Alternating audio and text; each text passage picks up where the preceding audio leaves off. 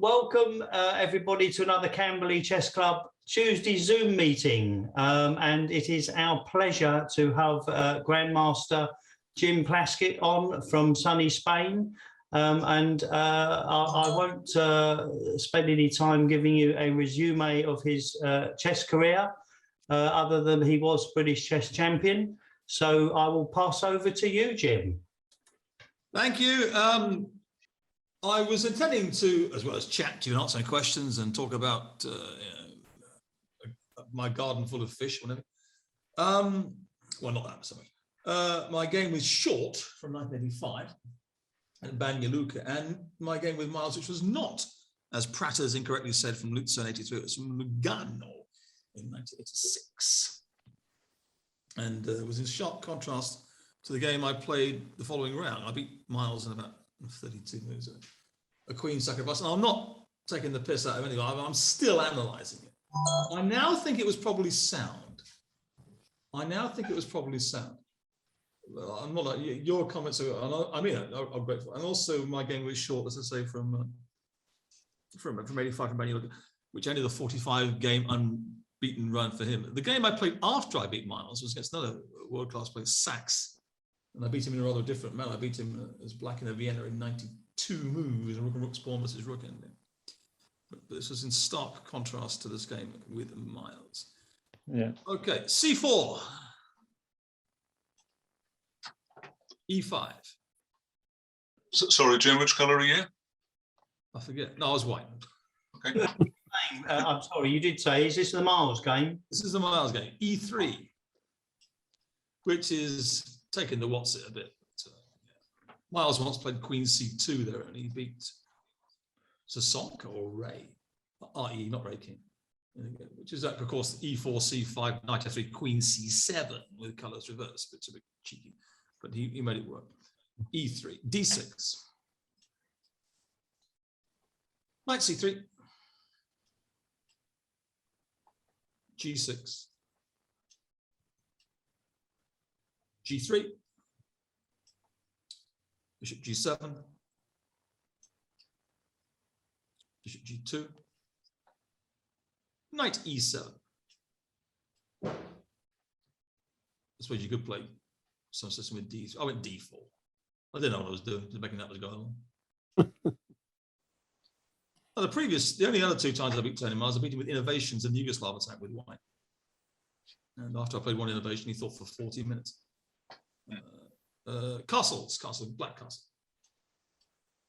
Knight Ge2. Knight D7. Now, I also got this position against Nigel Short. He thought for quite a while, over 25 minutes, and he went A4. Don't move A4. And he wiped me out at the Veterans Olympiad 2 years ago. I was going to repeat what Miles did, because Miles got a pretty good position. I castled, being the boring old man I am, and he went F5.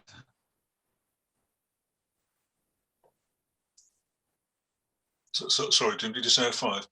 F5, yeah. Is Andy Smith gone as well? No, I'm still here. Oh, good for you. I can't see your face. How you doing, Andy? I'm all right, yeah. Long time no see. Oh, I don't want to see you again. Do you know what my score is against Andy Smith?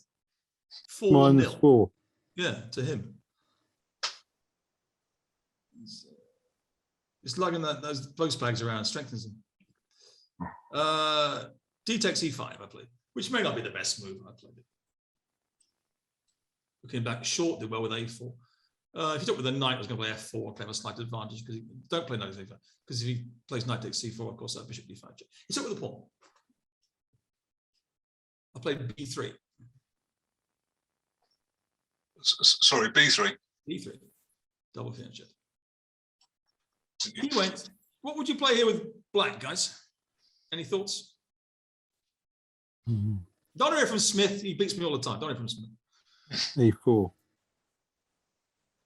Sorry, E4 is not a stupid move at all. Anything else? C6. Anything else? Knight C5. Sorry?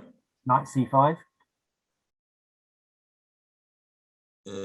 That might cause you some problems. The queen takes queen and bishop A3. You might lose a piece. Do you follow that? Yeah. 4 F4 is not a Wally's move. looks interesting to me. Well, I'd take with the e pawn, then take with the bishop. If you go rook takes f4, you're losing a lot of material. Look at this variation, please. Someone move the pieces. Okay. After f4, I'll take with the e pawn. Who's the gentleman moving the pieces? Martin. Oh, me. Yeah. Colin. E takes f4, I suppose, is what Martin had in mind. And now bishop takes f4. And if rook takes f4, I can take with a pawn. I'm exchanging a pawn up. I can also try knight takes f4, bishop takes knight e6, and knight takes c7, and it's all going to get a bit silly, isn't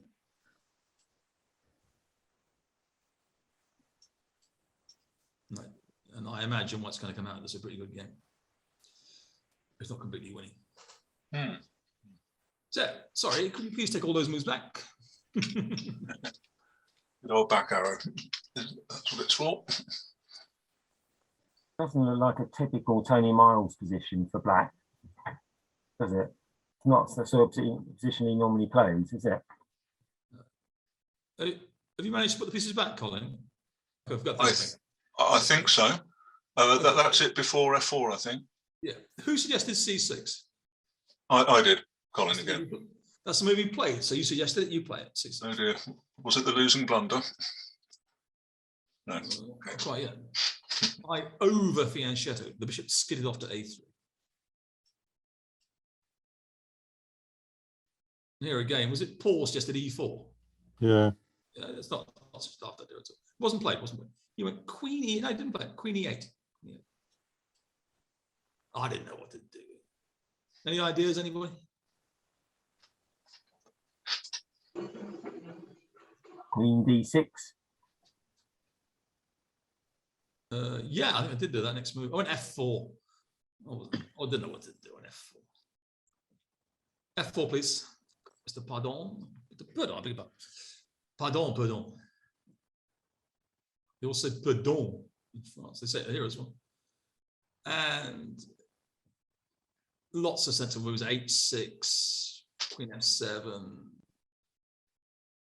But he went with Mr. Bloom's idea, e4. Because it kills the bishop. Okay, now Andy's move, queen d6, please. And what to do? He went rook f7, which is his natural move, and he vacates the f8 square. So rook f7. I didn't know what to do. I went rook a d1. I thought for ages, I went rook a d1.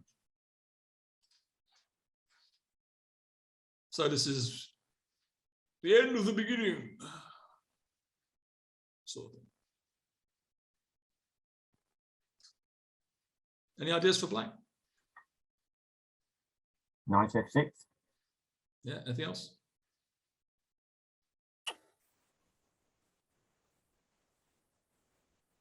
He's not got a great position, has he? Are you saying you prefer white, Andy? I am. Bishop f8. Bishop f8 is not stupid. Didn't play it.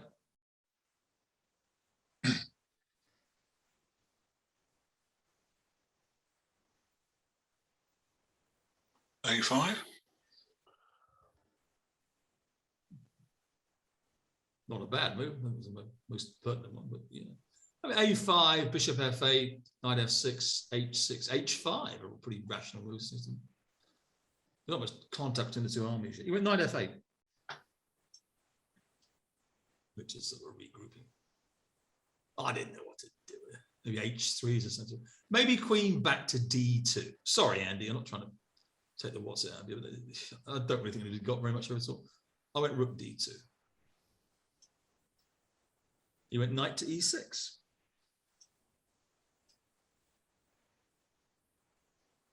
Once again, one because h6, g5 as ideas. Somebody suggested a5, it's not so daft. I don't know. I could triple on the d file, I suppose. Again, I think as good a move as any is rook back to d1. I didn't play it. I went bishop to h3 with a threat. I'm threatening knight takes e4. Ta-da! Don't tell me that my internet connection is unstable. No, don't play that. Oops, that didn't happen. Sorry. Must have thought you were clearly better here. Do you, Jim? No, I didn't. I really didn't know what was going on, Andy. When I said rook d1 is as good a move as any, I was not being facetious. Looks like a great position for white. Why? That's the If he just goes knight back, to f8. okay. Put your put your other rook to d1, the bishop back to f1, and then bring the bishop out to c4 eventually. Play c5, c4. There speaks a man of vision. On g4. I'll just go g4. Ah, now you're talking some. Now you're talking some bits. Knight f8, g4, pawn takes pawn, bishop g2. Then he's got lots of squares. Knight f5. It's all falling down. He actually played a very clever move, but I don't think it's the advantage. He went g5. Now you will see, gentlemen, that my threat of knight takes e4. Something's coming on screen. What is it? New variation. Is thwarted by his playing g5 to g4. Very clever move. And I'm going to lose a piece, either the bishop on h3 or the knight on e4. Yeah. You get that? Yeah. Here again, I think rook d2 to d1 is objectively as good a move as any. Because it gives the queen a way out. What a silly remark, not really. But I took on g5, which totally changes the character of the position. I say again, I think rook d2 to d1 was as good a move, but I'm not convinced 36 years later, and I've been looking at it a lot with computers, whether f takes g5 is actually a bad move, but it certainly leads to no position I've seen. Anything like, I shouldn't think you guys do much like that. What to play here? Well, I thought in my original annotations, which I gave in, not my original annotations, about my third annotations, which I gave in Kingpin. You can see that the Kingpin site, with chances for both sides. I annotate this game in enormous depth, and also give references to analysis by Kasparov and Spielman, and the first game of the Fischer-Spassky match, which has been improved upon astonishingly with computer analysis, and also a reference to Spielman, who was the first person I saw to say that a particular position he was annotating was a position for computers, not for people. Very unusual way of thinking. And I once asked him asked a group of people if they thought any of them that their game had changed since the advent of computer technology. And Spielman said, yes, I sometimes take pawns. Memorable quote, yes, I sometimes take pawns. I thought bishop f8 was a good move here. Could you look on the board, please, Colin? Because it looks like, I couldn't think of anything to do because the threat of knight g6 is what you're going to do. But rook d1 goes knight, and then the bishop on a3 drops off. If you go bishop b2, he goes knight g6, the queen is trapped. And I originally thought that just getting the heck out of there with queen b4 was as good a move as any, just to get free. And then knight g6. And something like queen a5 or some daft square like that. Then I thought taking on g5 with tempo and playing knight e5, it's going to be a good game for black. Knight's sinking into d3. F3. I'm pretty certain black is better there. However, if you go back, please, several moves, Colin, to after black plays bishop a8, I refined my analysis. What a smart ass I am. If you go back, please. Oh, back further, sorry. And here, I think I'm sorry? Did someone come? That's position. After bishop f8, if you place with bishop f8, Colin, after over 30 years, I found an improvement. Knight takes e4. Oh, wow.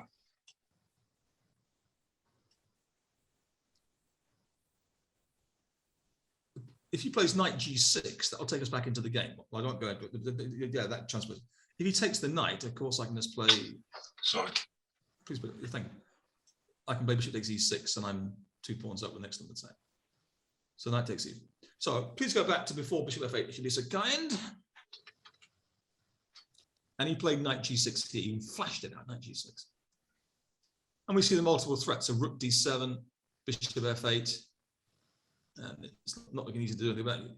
Queen b4. Once again, maybe this isn't a very good position. It just transfers isn't what we're looking at. Well, we just saw this variation of some bishop f8, and it's very ungainly for black white. The bold queen going into d6, so it hides off in the corner.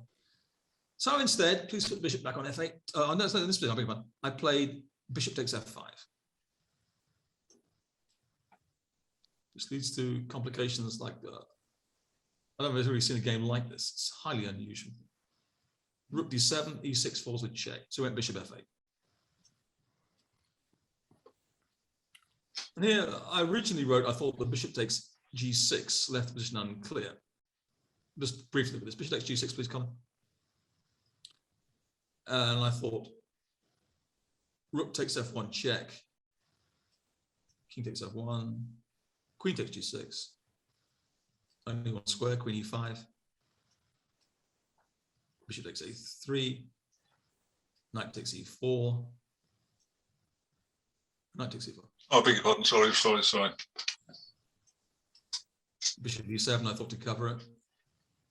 And h4, and I think, we got 3 pawn, a bit of development lead, bit of waffle. I thought this wasn't so clear, which I still think. However, you go back a few moves, please, Colin, to after bishop takes g6. That's quite a position. Well, that's nothing, mate, compared to what it is. I mean, that is a walk in the park compared to what happens. Bishop takes g6. But Fritz 9 improved. After h takes g6, move it stockfish improved. And now queen e5. And now rook takes f1 check. And now queen f7 check. And now take the king g1. Bishop takes a3. Knight takes e4. And now the computer thinks after queen c7, black could have the slightest of advantages. Maybe. There's even the possibility of queen a1. Yeah, queen. I don't know whether you guys are sold on that. Queen a1 isn't so crazy. Queen c3 with the threat of b4. Yeah, we got some potential. Well, God, we can look a long time at this, but in my opinion, white isn't doing so badly there. But better, I doubt it. But all I'm claiming is that I can show beyond reasonable doubt, a phrase I'm becoming more and more familiar with since I started supporting Charles Ingram. But I just published a book this week about Charles Ingram and my involvement in the case called Bread and the Circus on Kindle. I'm not entirely certain why it is worse than this stuff, knight f4, h4 stuff like that. We can use phrases like with compensation, sacrifice, like development, advantage, initiative, all these informative symbols. I know you're sure they're right, which do apply. Okay, go back, please, if you miss a kind, Colin, to when I played bishop takes g6. You didn't actually play it again. Very unbalanced. Sorry, yeah. Before bishop g6. Yeah, bishop's on f5 as a knight on g6. That's a walk in the park, mate. I played knight takes e4.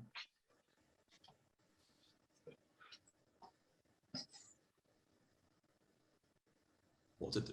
Ray came up to me afterwards and said that his mistake was to take he took my queen. He should have played knight e to f4. That's okay. He played bishop takes queen. I published lengthy analysis and ended with a comment that the simplest move is the best. Knight takes bishop.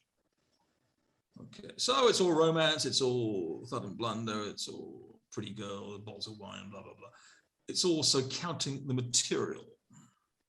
In chess, as in life, material things are very important, as I'm sure each of you gentlemen would agree.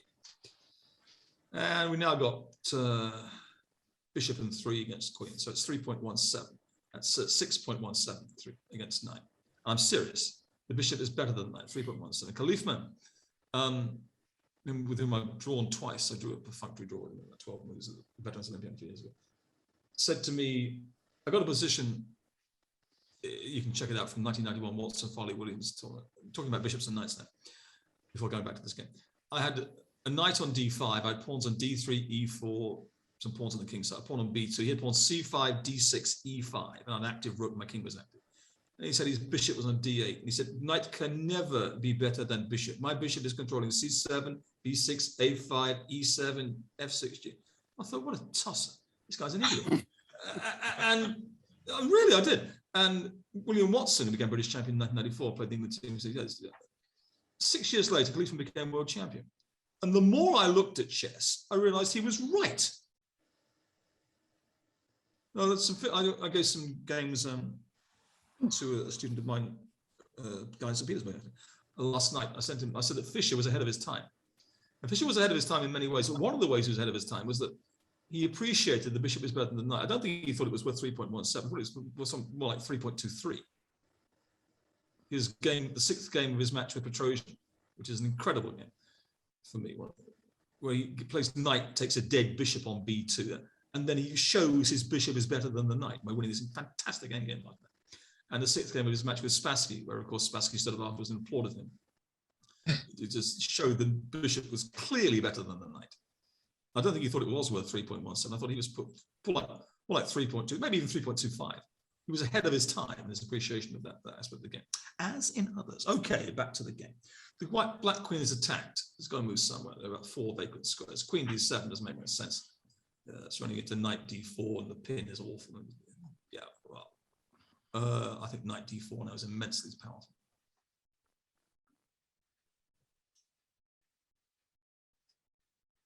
If he takes, we take back with the d4 knight, and we're really wreaking havoc around his king with 8.1, with 8 against 9, and he's got no development there. And this is put it back, please. To the queen on e8. Don't move the rook. Knight is queen. He played queen d8. We'll come to that in a moment. Queen f8. It seems no. We'll come to that in a moment, please. I couldn't see much better here than. No, if after queen f8, I might queen f8, please. Oh, sorry. I thought. That's okay. No, mate, don't worry about it. You're going to get really bloody confused in this game. Knight takes f7 was an interesting possibility. I thought if he takes with the queen, I can then go bishop takes knight on e6. If he takes back with the bishop, I take the queen on 3.7. Queen takes bishop. Rook d8 check. King h7. Bishop b2 check. And already the material is looking very good. We've got 8 against 9. Knight e5, and we can play something like knight d4 here. And if queen e7, we have rook takes c8 and knight f5 check. So please go back. You're going to hear me saying that a lot during this game. Oh, I see. Sorry, can I just put that on the board, Jim? Yeah, sure. Yeah. Check. Gary Kasparov told me, and this was not something I found stupid at the time, and I've seen many instances of it since. He told me. You can see him working with me, talking to me, listening to me. I'm listening to him, I beg your pardon. And he said a knight on f5 in front of the opponent's king can be worth 1 pawn as by itself. You'll see an example of that in this game, which I played before you told me that. So after queen f8, we can also, I don't think, yes, queen f8, knight takes f7. You must take the other piece, the bishop on a3. And I looked at this position long and hard. Boys and girls, I took on g6 with knight g6, 6 h4. This is the position we're going to be coming back at because queen e7 was the best move, which he didn't play. But this, please bear in mind this position. We'll be coming back to it. You see it again, which I don't think is clearly losing for white. White has rook and 3 pawns, and it's like, it's like somebody's thrown up over the board. But it's amazing the position. But this is. Please don't forget that position. We'll come back to it. Put it back to the queen on the 8. If you be okay. Okay, knight takes bishop. He actually played queen d8. We'll look at the game before we come back. I think queen e7 was a better move, but I'm not convinced it's winning. Queen d8, please. Okay, white to play. What would you play here? I'm getting a glass of wine. I think, boys, I'll be back in a second. Knight e4. You're doing a great job, Colin, by keeping up with Jim. While he's not here, we can talk about him. No, you've done a great job because he's jumping around all over the place. But it's a fascinating game, isn't it? What a position! What a position, and what a game! Yeah.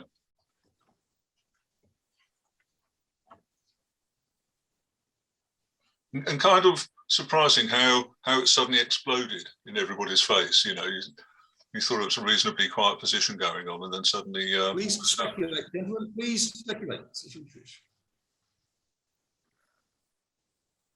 I don't know. Knight e4 was suggested. I don't know if anybody else suggested. That was me again. Yeah. Maybe the queen zips out to a5 then, yeah, hitting f5 and a3. I'll put it on the board if I may. You can check, but I'll just take it. I6, and then take the bishop on A3. Bishop on F3 is an absolute. Hmm. A3, excuse me, A3. This is the position in the game. If we go H4, which hangs on to that, there. Again, Queen A5 is a real pain in the butt, isn't it? We have to find the plebeian bishop C1. If that looks like groveling move to you, you got any better ideas, guys? I'm all ears. I think bishop C1 is the only move numerically. Oh, if we play knight takes F7, he plays queen takes D2. Go back, Jim, could you just take in the rook to H4 and then go knight H6 check? Was there no follow-up after that? Well, this is the whole point, Andy. After knight takes F7, he takes my rook. Yeah, and then knight H6. All right, and then what do you do? King G7. Well, this F7 square looks a bit exposed. Yeah. So what about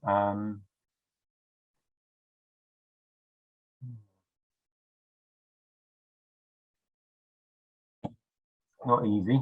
Looks like there might be something, but I can't. But Yeah, bishop takes knight, pawn takes knight, rook F7. Bishop takes knight. check. Hang on, hold the phone. Bishop takes knight. King takes. There's queen takes E3 check. There's queen takes E. There's knight Ah. takes G5, and that is not a bonker. Takes E3 check. This might be a very interesting move. Yeah. there's F8 check as well if the knight moves. I've got king takes bishop. Knight takes G5, bishop F8 check. King takes bishop. Knight F4. Oh my goodness, is that mate? It certainly should be. Hold the phone.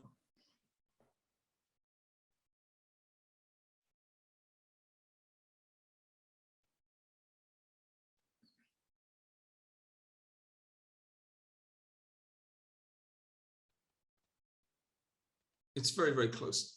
I mean, try queen takes E3 check. King H1. Rook F2 might, but king H1. Then if queen takes E2 now. Rook F7 check. King takes bishop. Ah, all right then. No, hang on. The music hasn't stopped. Rook F6 check. King takes pawn. Bishop C1 check. King H5. Actually, he's got king takes rook there. King takes rook. Good point. yeah. Even better. So this explains why I did what I did, Andy. I didn't play knight takes F7 because of the consequences of queen takes D2. Yeah. But I played a dual purpose move. Anyone have any idea what it could be? Rook F1, D1. I think the committee did suggest that. Because that foils queen A5. Because Have we got time to play bishop B2 at the start? we'll look at that move, please. Thank you. Just a second. Queen takes G5 might be a good move here as well. Knight takes F7, king takes F7, bishop B7 check. It's fantastic.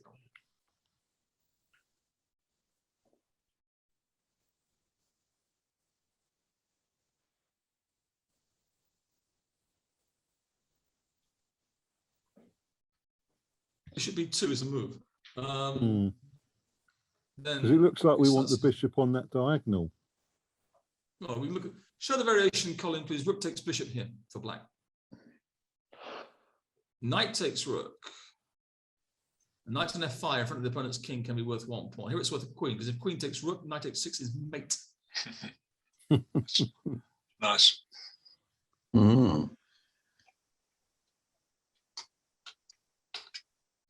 But he didn't have to play queen takes rook. He could play queen takes pawn. You could also even, hang on, just a sec. Yes. Pawn looks suspect. And that, so if queen takes G5, knight takes F7. Yeah. Please play queen takes G5. Queen takes E3 check.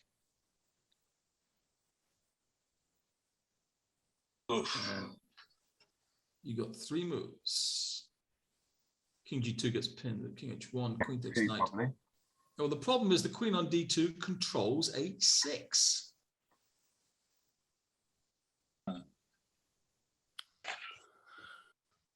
Damn.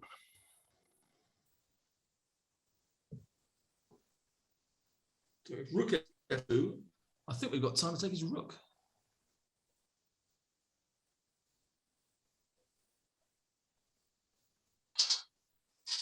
No, I think black is actually threatening king takes knight.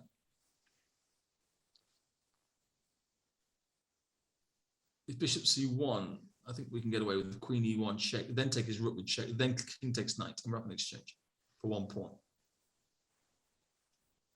Black is black. Yeah, I think queen e1 check, then take the rook next move. Then take the knight. Yeah, this queen. You are a rook up here. Sorry, black's a rook up here. I'm getting confused, yes. So go back to where we began, please. Yeah. White need to find a better move. Then bishop b2. Of course, the move you really want to play, bishop b2, to introduce the piece to the attack. But I should be probably quite proud. Somebody suggested rook after d1. Which was that? That Michael Paul? You going quiet, you guys. Someone suggested rook after d1. It wasn't me. It wasn't me. Was it you, Mike? Andy, was it you? That wasn't me. That was you. Well, somebody suggested rook after d1. Not a stupid move, but I think it's quite good. I think maybe I should be quite proud of this next one. Or rook d3, which is a dual purpose maneuver. It protects the rook. So now I am threatening to take his rook because the bishop on f5 is defending it. And also, if he plays queen a5, I've got an obvious reply to that. What is it? b4. B4. B4, gaining time. And I think something like queen e5. Mm. I can't think of anything much better. You've got any better ideas. And now take his rook. He's got to take it back. And material is now 8 for 9. Bishop takes knight on e6 check, please. Forced to take with the king. Yeah, and then b5 to get Fred in the game.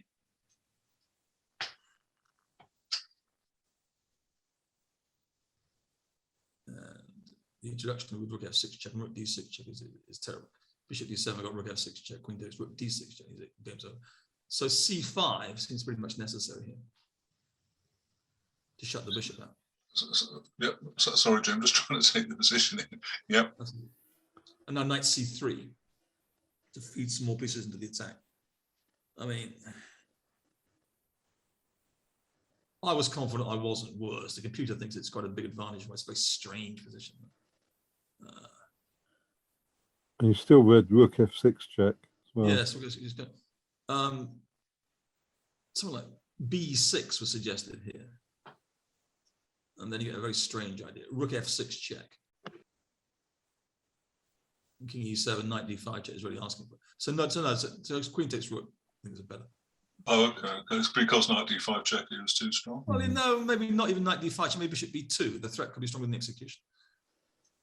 I think queen takes rook. Put the king back on e6, please.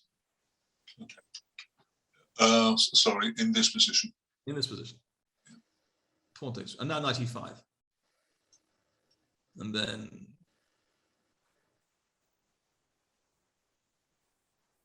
maybe I think rook d1 is best. d8?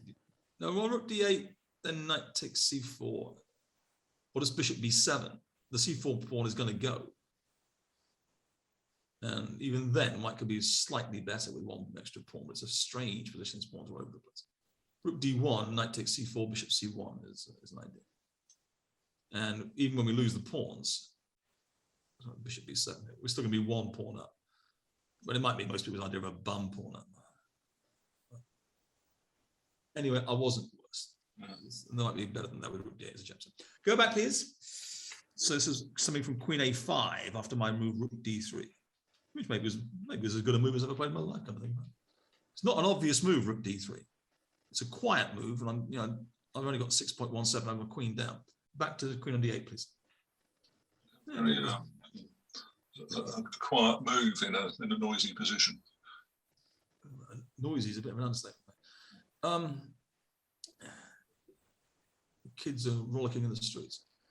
So Miles, If I may say so, I don't think Miles is the most talented person this chess players country's ever produced. I think Short, Spearman, and Adams are all better. But he was a very, very, very cunning, practical guy. He frequently, very practically, he rarely ran short of time. Adams has said he thinks his number one strength as chess player is not running short of time. And he just didn't think he was. I don't think he was anything like as sound as those guys. But he went very far. He won Tilburg twice. He was ranked the 9th in the world when I played this game against him. What would you play here with black to defend? I've now got a concrete threat. Knight takes rook. The bishop on f5 defends the rook on d3.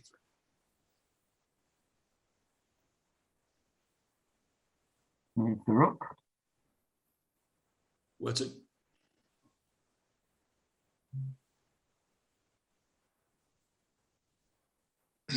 G7. E7. G7. E for echo. No, G.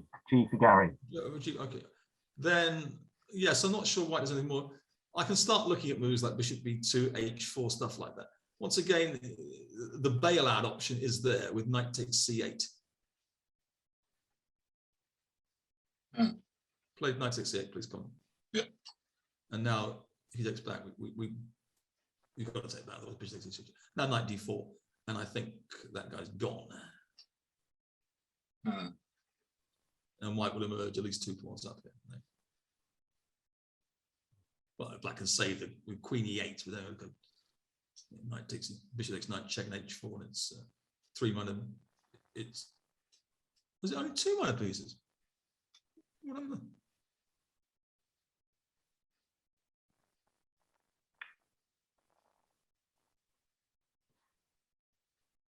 Black's doing all right here, isn't he? Black? Yeah, isn't he? Put the pawn back on h4, please. H2, please.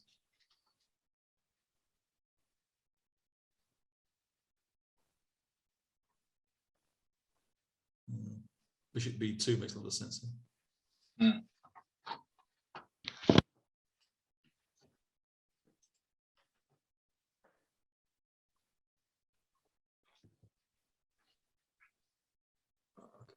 It's 2 minor pieces and 3 pawns, isn't it?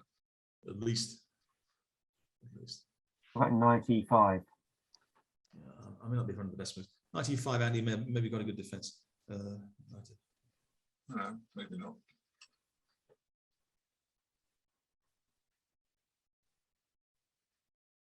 Well, knight f5 might work. Colin, please, knight f5. If he takes the rook, he gets mated in one move. So queen takes bishop, knight takes rook. Take the knight. Has to be king takes knight, yeah. Rook f6. Ah. Shunting the protector away. Queen and then rook f5. And the threat of rook takes e5 is enormous. So king g8. Rook d8, king rook d8. And now I think it's a tremendous compensation. Rook, bishop, and 3 pawns plus his king is 8. I think black is going to have great difficulty defending that. Can you go back, please?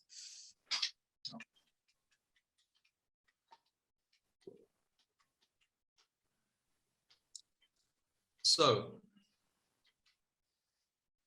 that was extremely practical. I don't think it was anything like us down to the Spielman or Short. Spielman, elements of genius in Schiller's game. Short, Miles was a tremendous games player.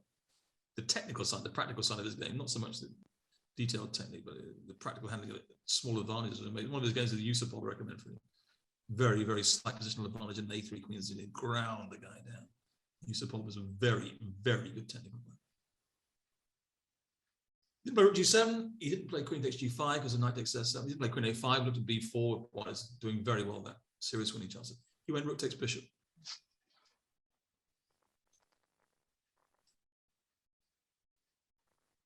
So we can take with the rook, but then what does that mean? Knight takes g5.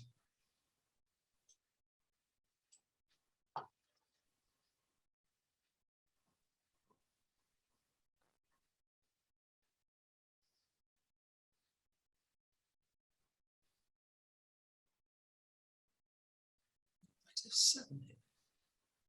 Fantastic variation. Knight f7. You play knight f7, please. Colin. Queen takes d3. Knight h6 check. Pick up. Oh, this is rubbish. King d. I'm sorry, put it back. I beg your pardon. I'll interrupt. After knight takes g5. Can we see a move for what?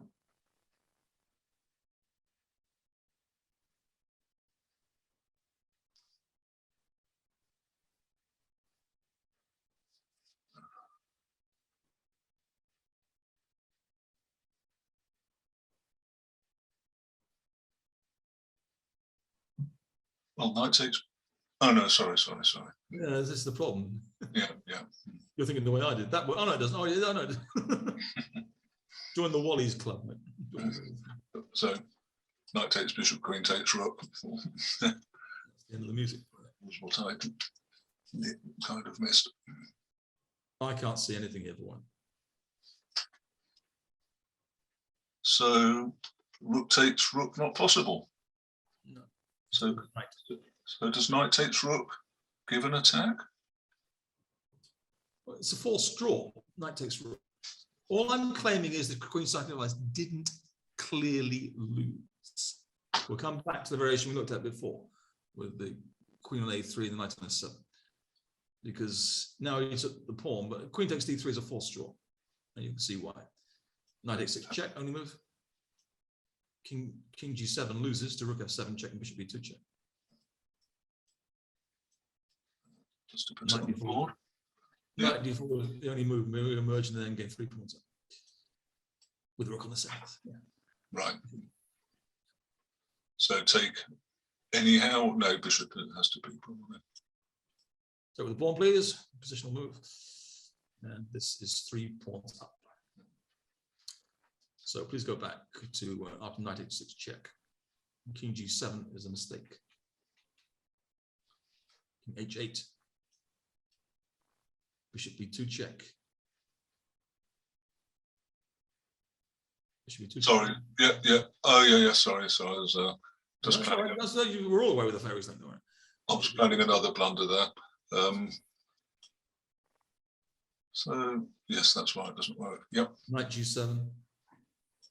And now there's a perpetual knight f7. You can even play rook f8 check first if you want to. A bit extravagant.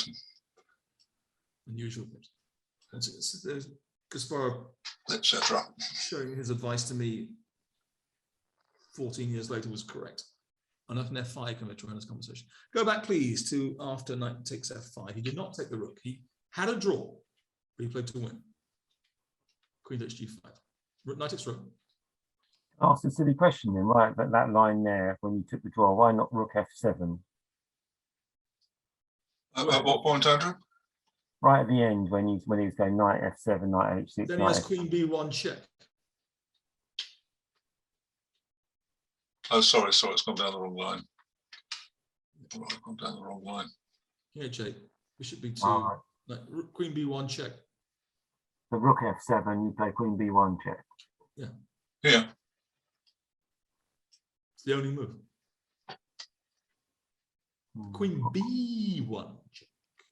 I beg your pardon. Sorry.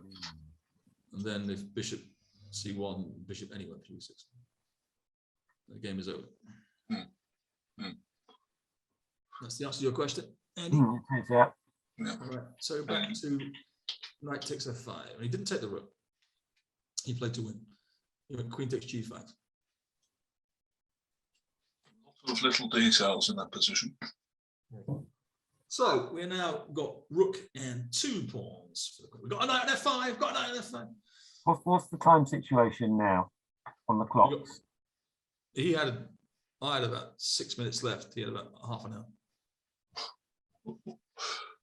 He told me after Kasparov beat him 5.5 half that when Miles had half an hour, and Miles had good positions in game 1. He passed over repetition in game 2 and lost it.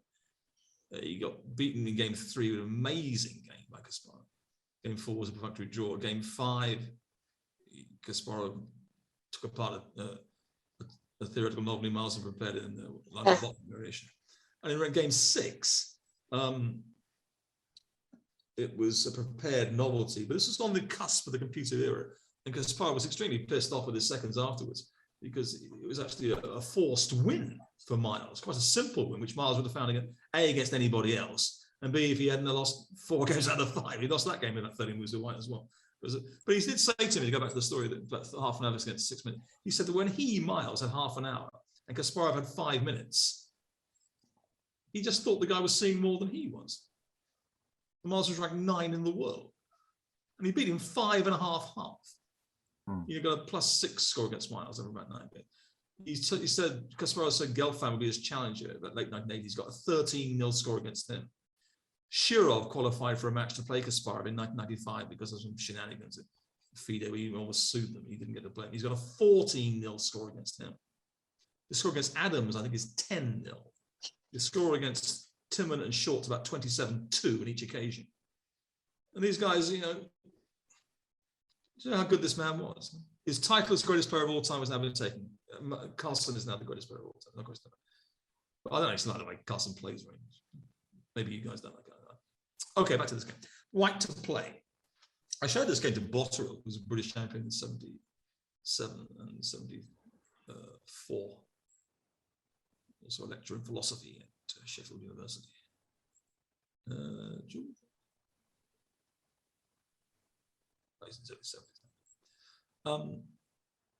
How did I say to play here with white?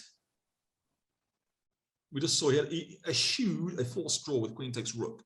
It was 9-8-6 check, then 9-7 check, and then blah blah blah draw.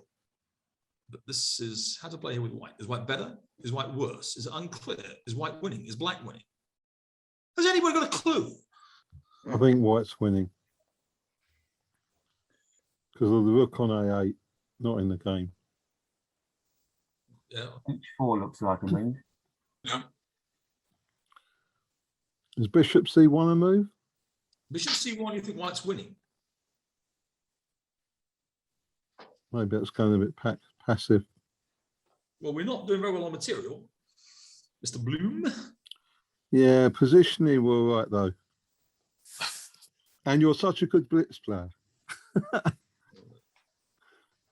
talking about the objective assessment of the position, not the human beings.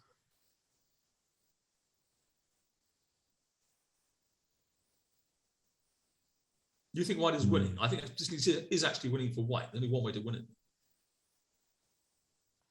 I played Mr. Smith's move, H4. Queen's a bit short, isn't it? A bit short squares. Which is the point? I've got one square. Now, I thought if knight takes pawn here, I just played knight takes knight, but the computer thinks differently. I thought it was just winning.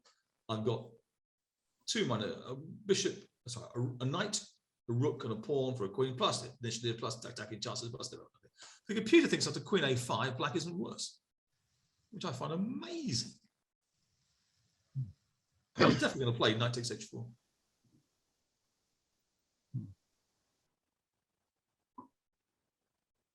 One starts to see what Spielman was saying. This is not for human beings, but for machines. This guy was ranked 9 in the world. He couldn't figure it out. I mean, you've still got b4 here. I don't see the. No, then the queen goes back to c7 or something. That's the idea. Or e5. One of the. You just seem to think that shutting up the diagonal was quite good for. Maybe it's not really a position a human being can calculate. Yeah. I would have played knight takes h4. So it was an absolute. You put it back, please, to after he plays knight takes h4. The computer now thinks after knight takes h4, please, knight e7 check is the correct move. We're going to play knight e7 check. King g7. That's the only move because otherwise we do. E4 is the correct way to play. Who's going to find that? Who's going to find that on the sun next? Wow.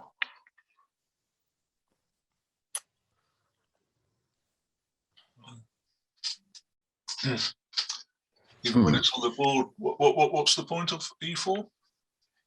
Use f5 as a base. Without being facetious, what does black do? I mean, useful moves with his rook or his bishop or his king.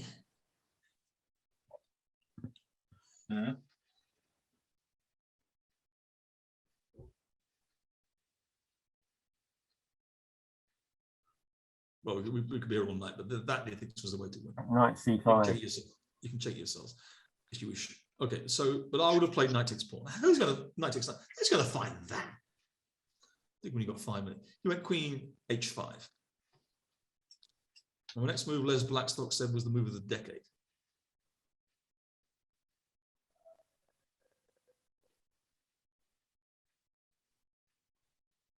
I played g4.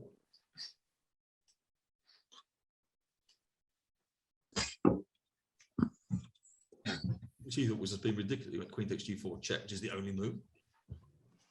But watch that guy on e2. Don't forget him. He goes to g3. Don't forget that guy. Now he got liberated by g4. Knight e2, g3.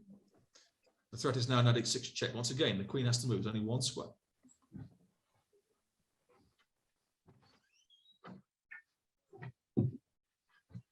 h3.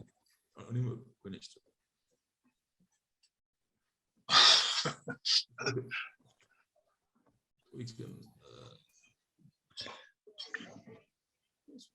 Should be 2. What about it should be?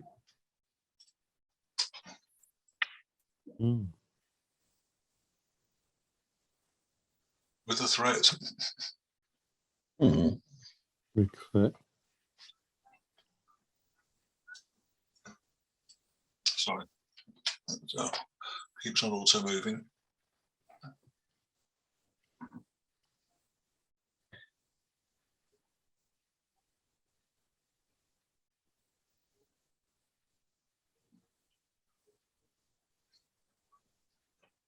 Maybe h6 is if h5, it's a knight h6 check, king h7, rook f7 check, king takes knight, knight f5.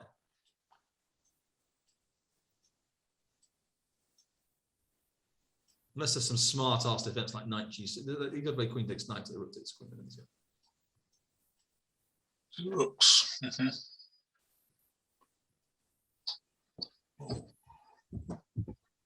Well, here I suppose you could play knight from e6 to f4. This is getting fantastic. Knight e6 to f4. Any better ideas than rook takes f4, guys?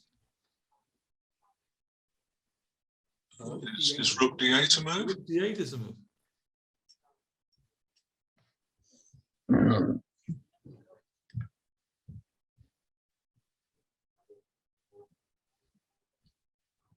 So what's going to happen, bishops? This is fantastic.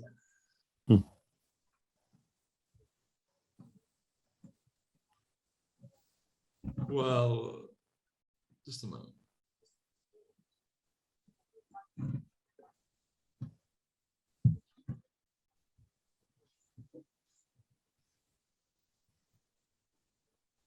I'll try and make it work with bishop takes rook.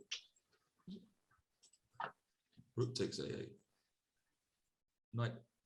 I don't want to play knight d3 because of bishop f6. Knight h3 check.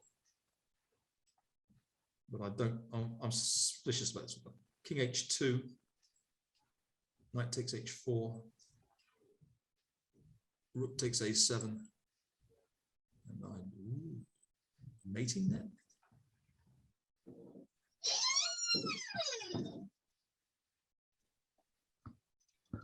Is this all a load of bullshit, guys? Or do you believe anything's going to happen? No. Knight f3 check, king g3, bishop g4.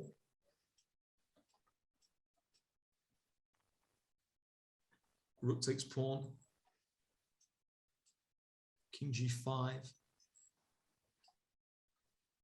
Rook g7 check. King f5.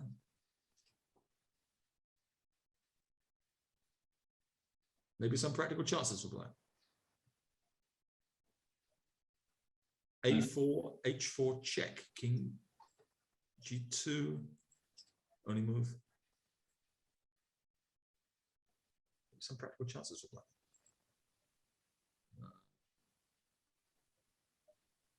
Yeah. I think it's 100% clear. Probably what's winning. Yeah. What do you guys think? I don't know. Anyway, I didn't play that. Yeah. Long way back, please. Who's on the piece? Is it Colin? Yep. Right. So. No, go back further, please. Okay. Sorry, Jim. What here? Rook d8 was the suggestion. What about rook takes f4 here? Knight takes rook. Bishop f5. And the extra pawn possibly doesn't count for that much, or Hang on.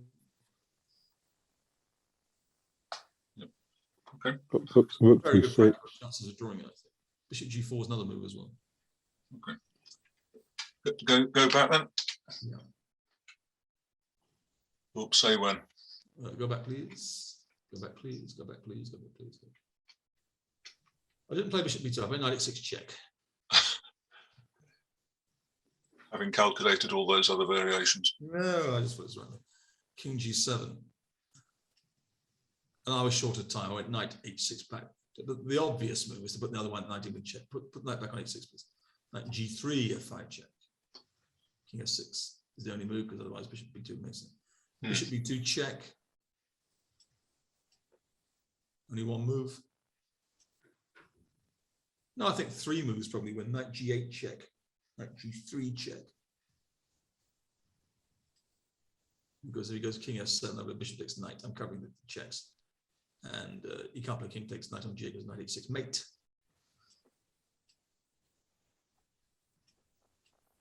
That's queen. Sorry, just putting it on the board. Yep. Go back, please.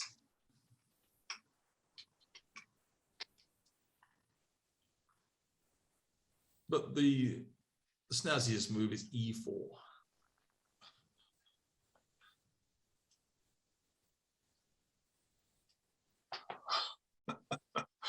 Well, hitting the queen and putting your rook on praise.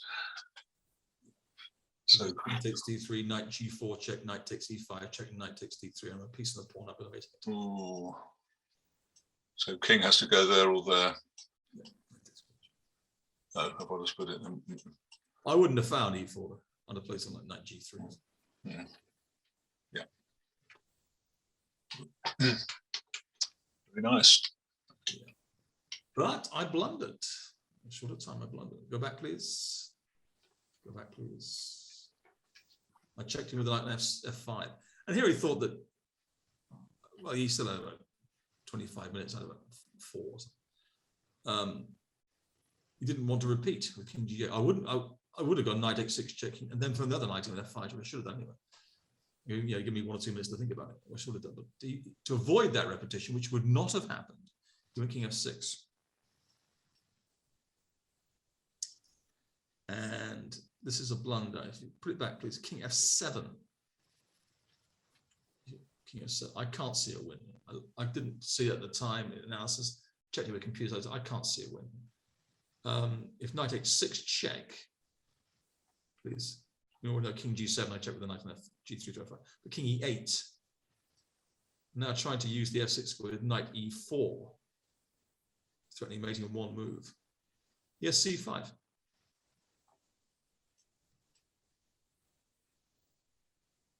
Which would also be the right move had I not played knight e4, but knight h5. Again, the method doesn't make up. I just can't see it. I can play knight f6 check.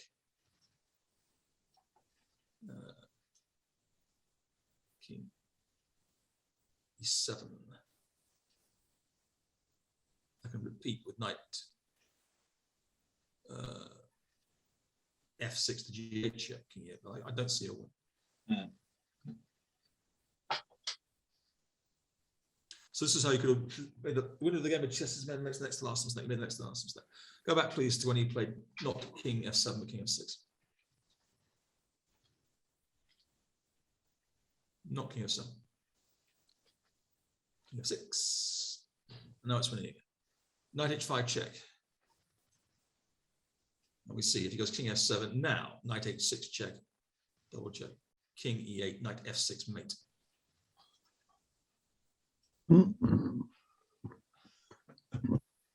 So go back. He didn't play king f7 for that reason.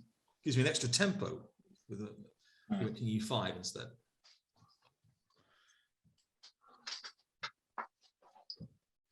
And yeah, he's just moving very, very quickly. Only about 3.5 minutes, but just irrational. Bishop d6 check, king e4, and then things are falling over each other. I've got to do something about the rook. If I rook d2, he's got.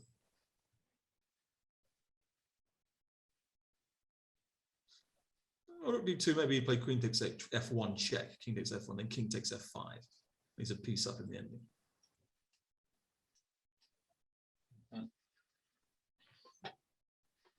Which is, it's hard for me to believe black can't realize that advantage. So go back, please. I did not play bishop d6 check. I shut the door. Knight f5 to g3. And now I'm threatening not bishop d6 check, but bishop d6 mate. And at c5, I can play rook d5 mate. It must have been down to a minute or two now in the game. I had possibly 3 minutes or so or less. Oh, sure. He had about 20 minutes. He was rarely in time pressure. That's a horrible move to me, that knight to g3. Well, you shouldn't move a knight from f5, as Gary told me. Sod, Gary. I'm not Gary. This is, he thought for a few minutes, flashed out knight e6 to f8.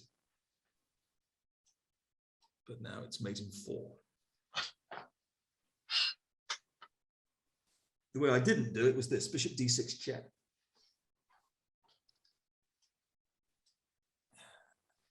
Knight g7 check. Mate in 2. Can you find it, Andy Smith?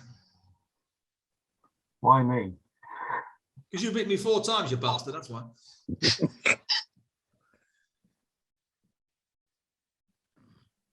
Mate in 2. Is it bishop f4 and bishop g5? You got it. Show that, please, Colin. Quick. Oh, king, sorry. Wow, that's good, very good spot. That I didn't play. Go back. I did not play bishop d6 check. I chose the other mate in 4. I'm just admiring it on the board. Yeah. Sorry, not you didn't play bishop d6 check, right? Got it. Yeah. Bishop b2. Yeah. Bishop b2, please, Colin. King e6. Knight g7. That's the knight that g4 liberated. That's the knight that g4 liberated from e2. King e7. Mate in 2.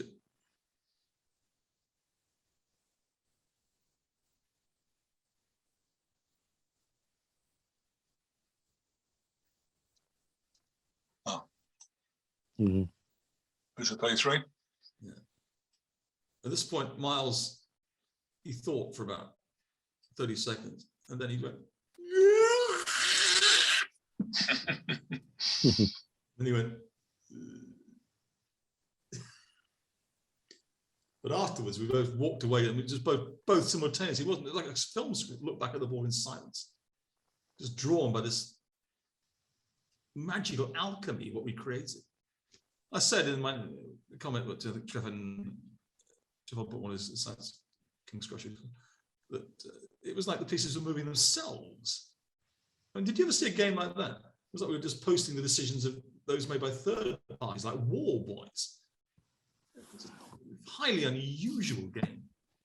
In fact, there's a game like it. I've never played a game like it. Yeah, tremendous.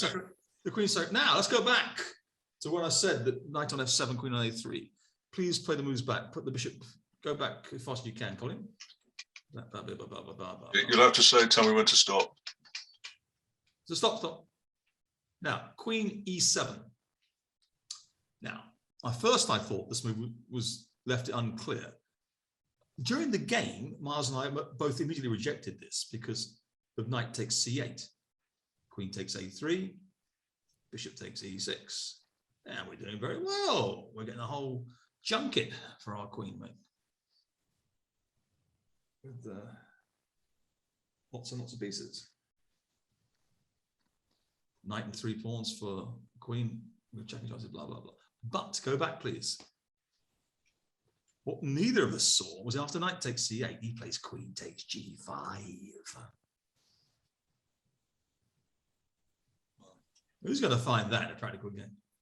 Queen takes g5. Bishop takes e6, continuation. And now queen takes e3 check. And I gave voluminous analysis on this. One variation. After king h1 here, for example, I'm not taking the piss. If queen takes d2, see if you can find what the computer recommended after queen takes d2. No human being could find it. We've got a chance then. Cool. Well,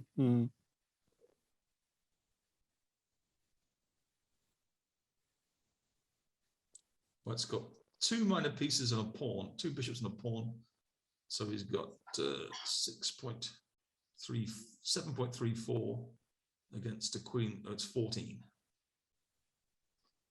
And the computer thinks the only move is knight g1. I am not taking the piss. If that is the best move. Now, if you want me to analyze it, we're going to be here till Christmas, but that's worse ways of spending Christmas in lockdown. But that he thinks is the best move, knight g1.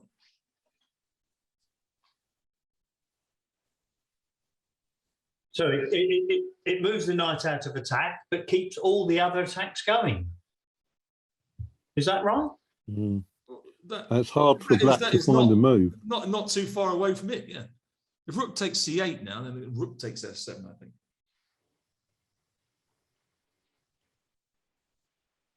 And what we got now? We've now got two bishops. Yeah, I've got two bishops and four.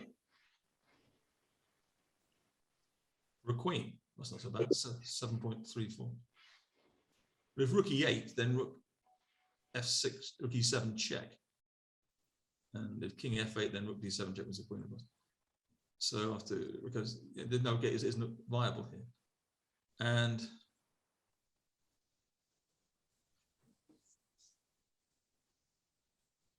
they just thought this was it's amazing. It was actually the way to play it. Why not play rook takes f7 instead of knight g1? What's the significance of that? I was wondering that.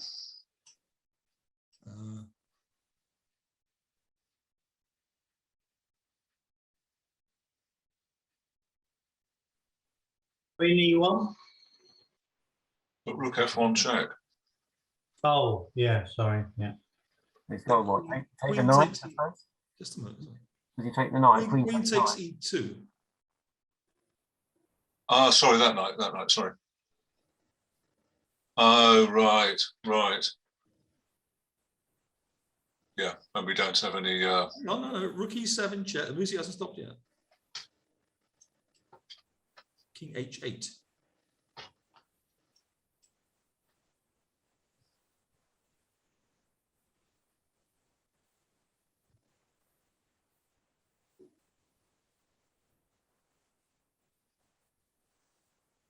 I'm 95% certain this is what the computer recommended, knight g1.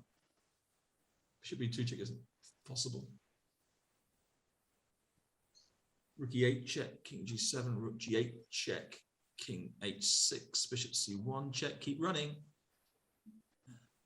Oh, king f6 might be better. Sorry, king f6 might be better. King f6?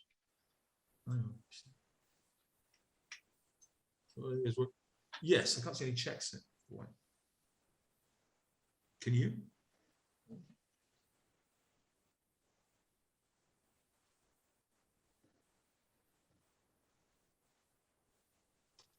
Amazing variation. Yep. The game is annotated in enormous depth at the Kingpin chess site with it's called With Chances for Both Sides plus. Go back, please, to before knight g1. Don't play queen after queen takes e3 check. The move before king h1, but the best move now is queen e4 check. King g1, and now take the bishop.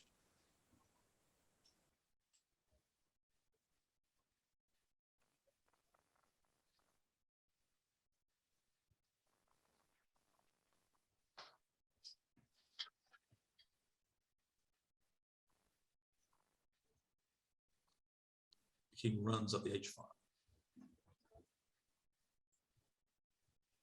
Rook d8 check, king g7, bishop e2 check, king h6.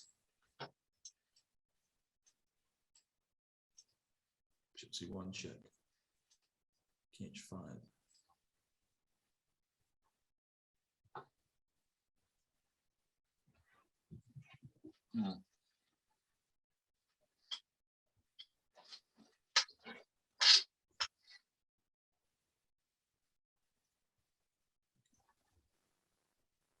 You can check the analysis in depth. We'll be here till Christmas if we go into depth, but this is basically Queen e4 check is a very important thing.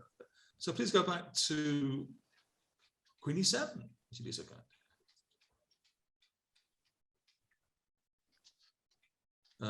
Not like Queen e7. Queen e7 here. So that knight takes c8 doesn't work, but we both instantly rejected it. In the heat of battle, knight takes c8, queen takes a3. Queen takes g5 wins.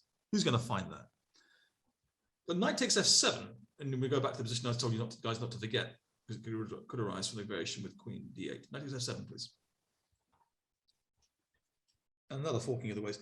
Queen takes f7. We looked at that with bishop takes e6. Queen takes e6. Bishop takes knight on e6, please. d8 check.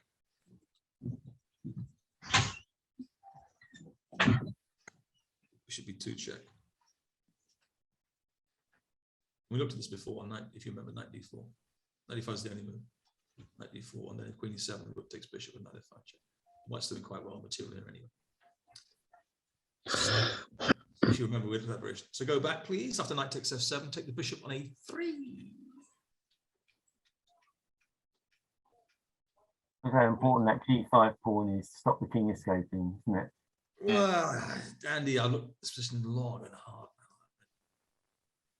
I first thought it was just with chances for both sides, but with computers. I first thought, then I thought Black had refuted my analysis. No, I'm not so sure.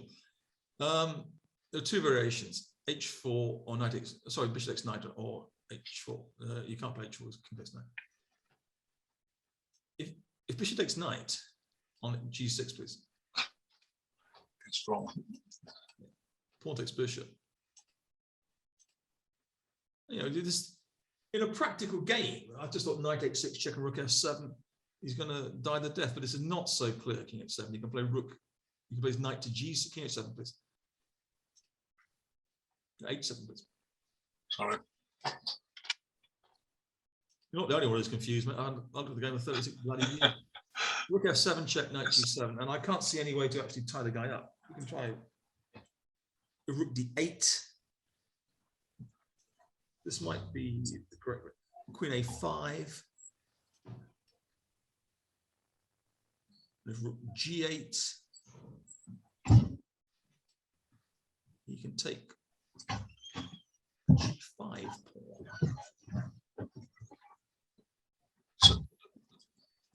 Sorry, queen takes g5? Just a minute, does that work? No, that doesn't work because a rook g8 takes g7 check. King takes knight, rook h7 mate. Oh, of course. But here, there's an important variation. Queen e1 check. Note how the queen zips around here, there, and everywhere. Spielman and many others have pointed out it's great strength. Three minor pieces, we know more than the queen in the practical situation, and numerically as well. It's going to be at least 9.17. But it's great strength. It's ability to zip here, there, and everywhere with the combined power of rook and bishop. Now, if rook f1 here, please look at the variation, Colin. Queen takes rook check. King takes queen, bishop h3 check. King f2, rook takes rook. I'm going to the same game, where I don't think White's quite got enough to hold it. He's got three split pawns. Knight takes rook. King takes knight. We can look at it for a long time, but we won't do that. It's analysed in great depth on the site, but I just don't think it actually quite holds together. So go back, please, to when we play bishop takes g6, h takes g6, knight h6, king h7, rook f7, knight. I just don't think. I don't really think I can hold this. Black is threatening moves, silly moves like bishop e6 or bishop h3. I just think it's quite got enough to hold. Go back, move some moves, please, to bishop takes g6. Okay, here. The only knight h6 check is the only viable alternative. Then I thought king h8 didn't really work. No, I'm not so sure. King g7, for example. And then I thought h4. And I thought 95, black probably would be able to get it together. I'm not so sure. The Stockfish isn't. King G2. We could look at this really forever and a day, and I've looked at it now, off and on for 36 years. And I'm not entirely certain white is not in the game here. But that's all I'm claiming. It might be viable. You know, I've been ranked in the top 100 in the world. I've been British champion. I've got +2 score against Short, +2 score against Anand. I'm not entirely certain. I looked at this many. It may be white's okay here. Something like Queen A5, double the rooks on the D5.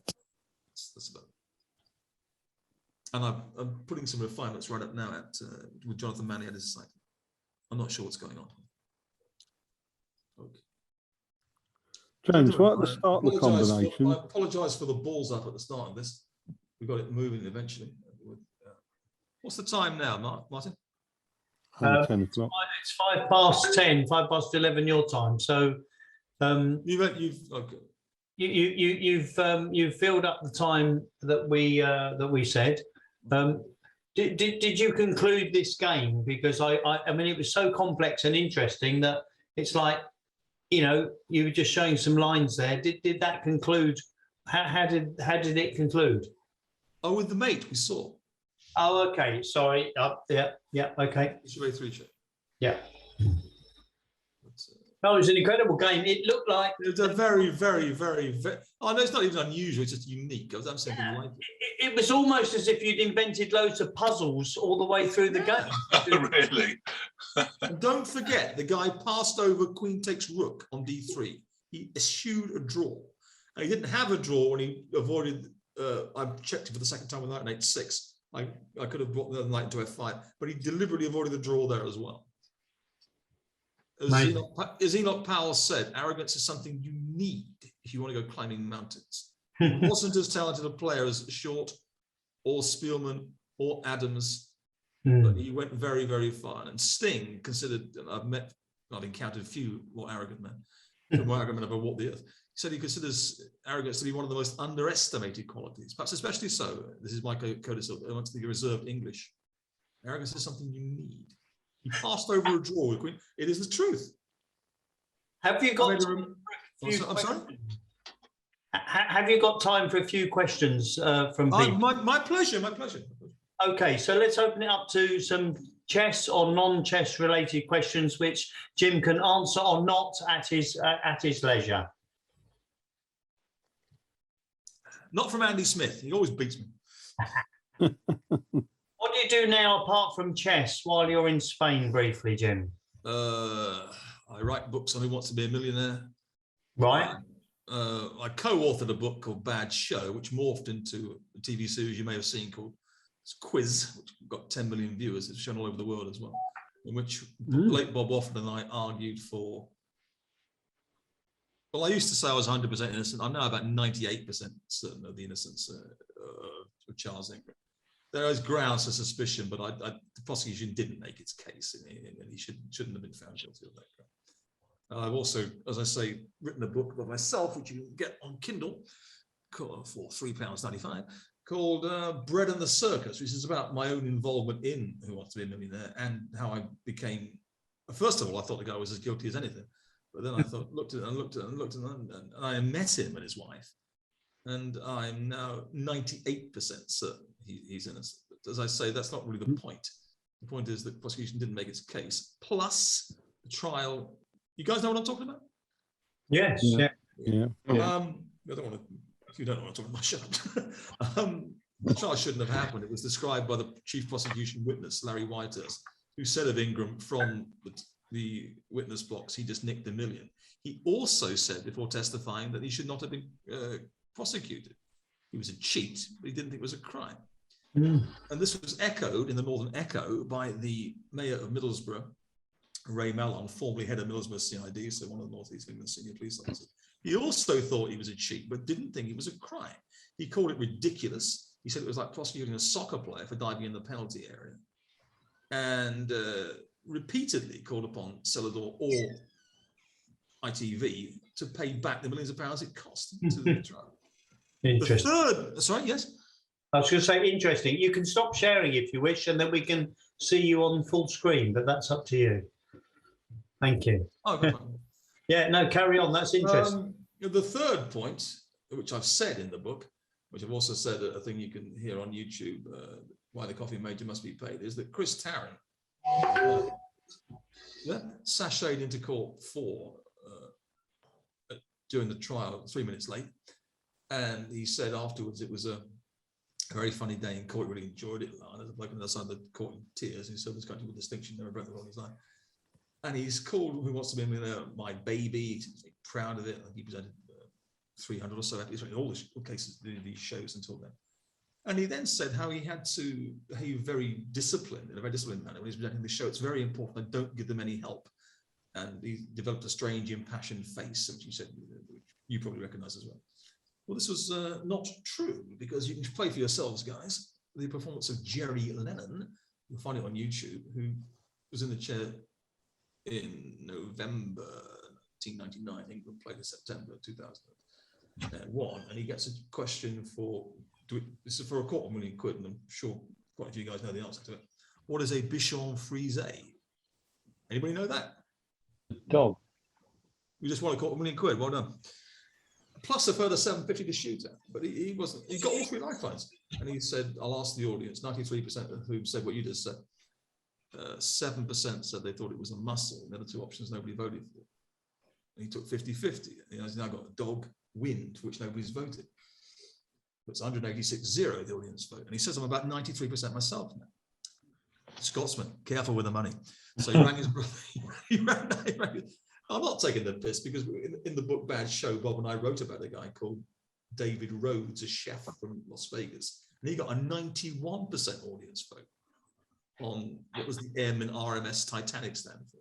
He said, that's good enough for me. And it was the wrong answer. So, you know, he rang his brother, whom Tarrant told, this is all on YouTube, about the value of the question, but did not tell him about the 93% audience vote. And the brother said, I think it's a dog, let me guess, and take the money. And he says, that's a bit of advice from good big brother, I'll take the money. The audience groans. It's all on YouTube. Tarrant says, look, he's doing it, not you. And then he turned to him and said, oh, go on. Now, it's perfectly true that he has on several occasions done even higher value questions than that. For example, for £500,000, where people have said often gratefully, I haven't got a clue. Oh, go on, we will do it. For example, you can see that with John Gallantry in 2007, and also with Bob Ginger, he's a chess player, I think, Bob Ginger, from people around from Bournemouth. It's from my club. Bob Ginger. Sorry? Bob Ginger's from my club, my chess club. You're joking. I'm getting fed up with you. You always get the better of me. Piss off. You get the better of me, you do. Is he from your chess club? Bob Ginger. Andy? You're muted, Andy. Oh, sorry. Well, we'll take him at his word, okay. He's from Bournemouth Chess Club. Good Lord. There you go. Ask him about it. He doesn't play anymore, but he was a player of our club at the time. Yeah. What ratings are that? About 150. Yeah, I thought that. I know that. Yeah. Thanks. So you're backing up my story. But these blokes that often admit they hadn't got a clue. Some guys say, oh, well, this was different. He wanted the guy to play on, as did the audience. Now, I don't think that matters too much. It's an absolute good faith. It wasn't, oh, go on, don't forget, the further up you go, the bigger my cut's going to be. And nothing like that. It's just good faith. He wanted to go to play on. But he did want him to play on. Now, all that should have resulted to, in my opinion, was quite a severe rap on the knuckles afterwards. You can't say that, you're out of order. But if the managing director of Celador then tells Charles Zinger, we were stopping the check because of certain suspicions, we pass this on to the police. The police then pass the file on to the Crown Prosecution Service. The CPS then prosecutes, and Tarrant then says, I can't influence the players. These extra additions have turned the brew rather heady. Don't you agree? The whole point of the bloody trial was that to influence the player, they were arraigned for, on September the 10th, and found guilty, 2001, for tricking Chris Tarrant into signing a check. Who did it first? I say again, I'm not suggesting anything untoward was about, but he did try to help the guy, just wanted him to play on. The audience grown, I'll go on. And you can't do that and then be a prosecution witness. He subsequently called Charles Ingram a liar, a cad, a bandit, a cheating bastard, and repeatedly called for his imprisonment. Well, giving inaccurate testimony on a critical point, and what point in that trial could have been any more? I repeat, they were arraigned and found guilty on tricking, just deceiving Chris Tarrant into, I could think exactly, signing a check for £1 million on 10th September 2001. This is the actual point. He didn't just mislead the court about the colour of his socks, did he? Can land you in a spot of bother? I mean, just ask Jonathan Aitken or Lord Geoffrey Archer what happened to them. They both went inside because of it. Well, I hope that he doesn't get the opportunity now at leisure to tell Jerry Lennon that he wasn't influencing him when he patently was. They said, "Oh, go on." And I particularly hope that doesn't happen at Her Majesty's leisure. You know what Jerry Lennon does for a living? He's a prison officer. Whoa, you last longest. He said it was a very funny day in story. He could have caused a few problems for himself. I'm not punting for that. I'm just not punting for the guy to get the £1 million as a Christmas present. But he did say he was a liar and cheat, and cad, and cheating bastard, and called for his imprisonment. I mean, yeah, he who last longest. There's a lot of other things in the book about how I got into millionaire. And I didn't, in my wildest dreams, I never thought I'd end up trying to defend a bloke. And then I contacted Bob Wofford, who was the man in miscarriages of justice. One of the things I learned when you're selling advertising space on the phone was go to the top man. And he was initially skeptical. So I've written an essay, he might change his mind. He did change his mind. Shortly after that, he was taken out. He was the man in miscarriages of justice cases. He's since died 3 years ago, at the age of 70. Mesothelioma. Horrible kids. And he was taken out to lunch by a commissioning editor at the Daily Mail. Something by way of compensation, given carte blanche, not only from the menu, but for any substitute piece upon which you might now wish to write for the Mail, because a commission article had been killed. And when he told the guy what he wanted to write about, he dropped his forks. You're not going to tell me the major's innocent. Yes, he is. This resulted in an article, 1,500 words, October the 9th, 2004. And then we put this book together and put it out in 2015. Stuff like that. And well, I never in a million years did I think that it would lead to, I got an invitation to go and watch the performance of Quiz when it was shown at Chichester.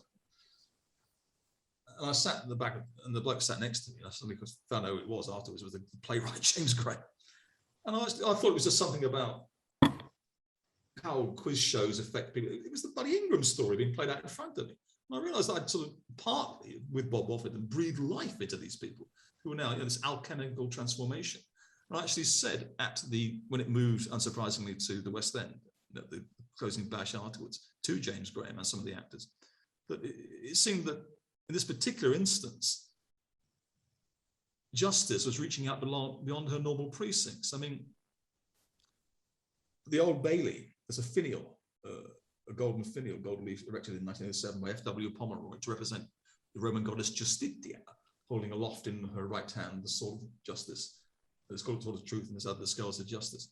But she sports no clown's mask. But it seemed to me that in this instance, incredibly, the way that justice could be, and almost certainly will be arrived at for Ingram, was required the participation of dramatic and comedic thespians. It was calling out. It was like, I'm not being pretentious. It really seemed to me that I was just amazed just watching this play. I thought it was going to be about game shows in general. It was the Charles Ingram story. The whole of his wife was there, and then it morphed into this TV miniseries, which has been shown all over the world to great reviews, with top actors like Matthew McFadden and Sean Clifford, Michael Sheen playing Tarrant. And, yes, that has been part of my life. I also, well, I don't know, it's a very sensitive subject, money, but I look back on my time then. I hoarded the lifelines like a miser until I got to the 250 question. I just cracked up. No, well, if you don't have I'm not knocking people who have good professions, but if you don't have a good profession, you can get these chances of a lifetime. I did okay.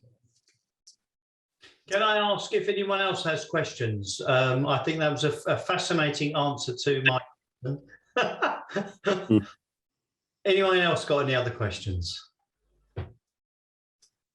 We have 7 cats in our house. We used to have 16, but we've got 7 now. We have dogs. My wife is allergic. Going back to the millionaire, how much did it cost you in phone calls to get on? Was it a couple of calls or a lot of money? Total, Yeah. about £5,000. Wow. I got Quite an on, investment. I got then. on 5 times and once as second reserve as well. That was a big investment risk at the beginning, but obviously calculated to get on, I guess. I'm not trying to dodge your question. It's a sensitive subject. A bloke, he's also known in the chess world, CJ Demouy. He spent about, he's a quizzer, he's on one of the eggheads. He spent about $3.5 grand a month, didn't get a single call back. Like a lot of things in life, well, like everything in life, the most important thing at the end of the day is luck. Could I ask a question going back to, to your game really, and Tony Miles? I've only just, within the last week, just been reading about some of the history with Tony Miles, some of his falling out with Nigel Short in particular. I know it's maybe contentious, just interested in any insights that you may care to share. Not asking you to take sides in any case, but obviously it sounds like you knew Tony, you know Nigel. Just interested in any thoughts that you could offer of instances around that time. What time are you referring to? The time when you were all, let's say, all in the top 10, 20, whatever leading players in the world, really. I was never in the top 10 of the world. I was in the top 100 of the world. Okay, well, we'll say top 100. Miles and Short. Yeah. When you were all at your, certainly Miles and Short were at their peak, if you see what I mean.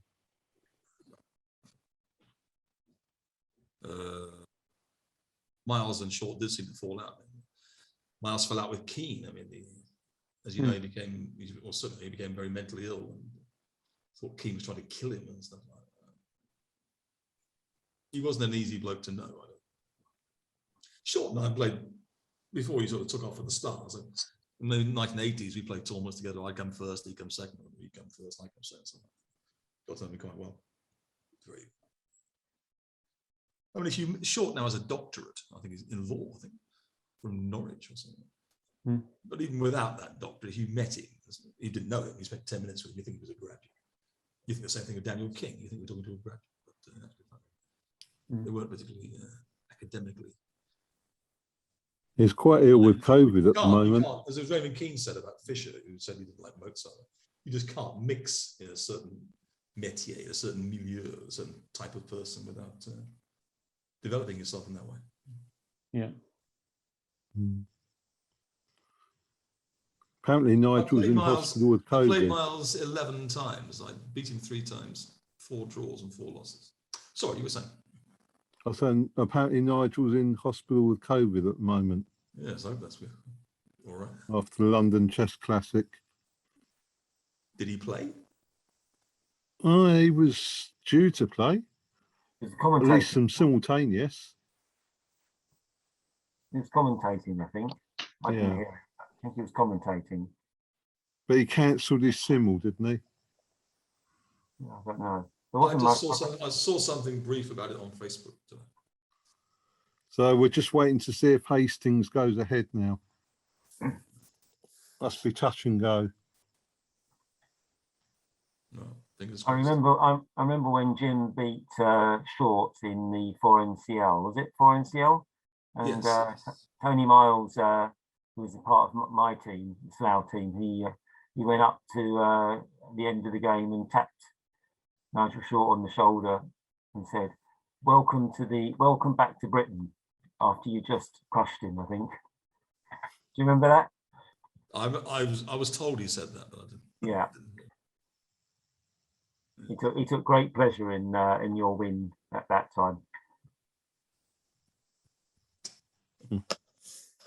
That was a good game, wasn't it? That one where you beat Short. Well, my good game. Something on E6, isn't it? A sacrifice on E6? Yes, Rook takes E6 sacrifice. Yeah. Now, I'll tell you in some depth in my game starting out.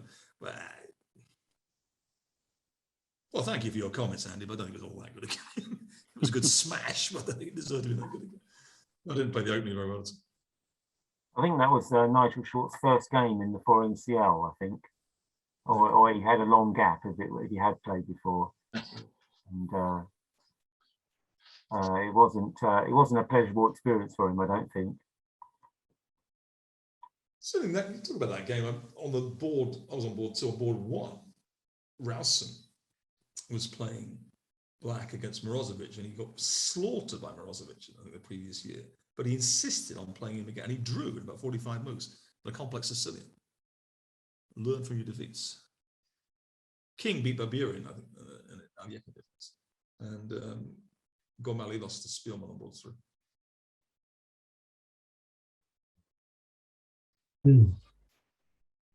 Extremely talented player, Spielman. I think my score against him was like -6. Got +2 against Short and -6 against Spielman. And I lost the first game we played as Short as well, which Coach Noise said can set the tone for the person's personal results, not with me. But yeah, we've had some fun.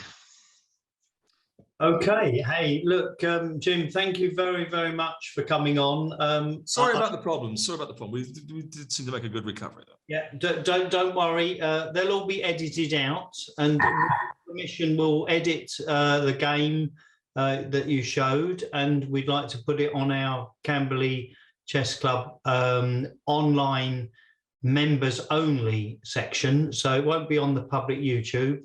But we'll send you a link so you can watch it, and all our online members can watch it and catch up, because we've got about 50 plus online members. So many people who are not able to come tonight will be able to watch it. So I hope you're happy with that.